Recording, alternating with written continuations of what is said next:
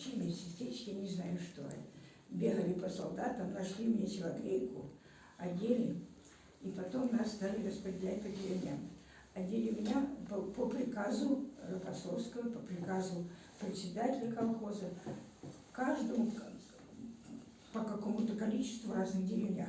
Мы попали в деревню Тупичино. Стеной стояли, жителей не пускали. Они знали, что этот лагерь зараженный тифом. Но приказали. А я уже была без сознания. Вот, и я лежала в лазарете. А лазарет тоже без окон, без дверей. И вот медсестрички, и врачи. Какая участь! Дай Бог, чтобы вас это не встретило.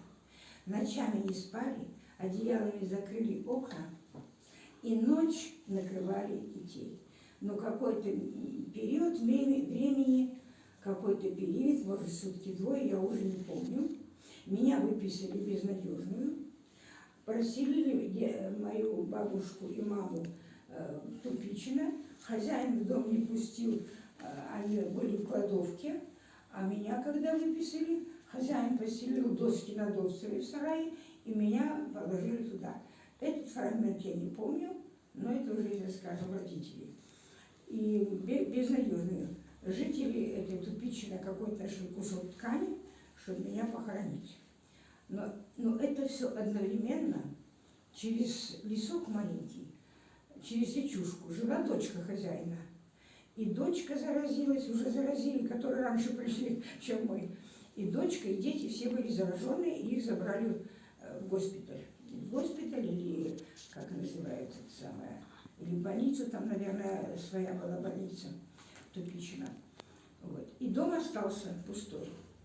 Кричит корова, кричат свиньи, не кормленные, корова не доенная.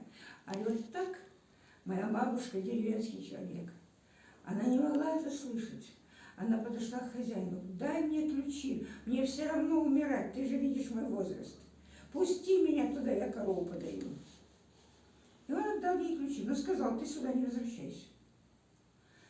Санэпидстанции не было, никто ничего не травил. Там остался дом, туда никто, ни хозяин, никто туда не пошли.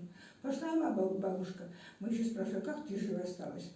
Она кипятила воду, и уголочек себе в коридоре где-то шпарила лежанку, там все это кипятком.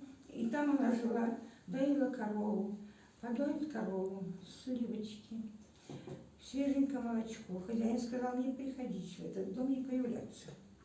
Она тихонько пробиралась через лесок этот, и ночью пробиралась ко мне, раскрывала рот и заливала мне вот это молочко, вот эти сливки, там что, не знаю, что еще. Ну, короче говоря, я через сутки открыла глаза. Вот так она меня спасла. Но она спасла и скот, спасла там. Но, кстати, вылечились хозяина. Потом хозяин нас на руках носил и кормил. Но мама там пахала на него в огороде.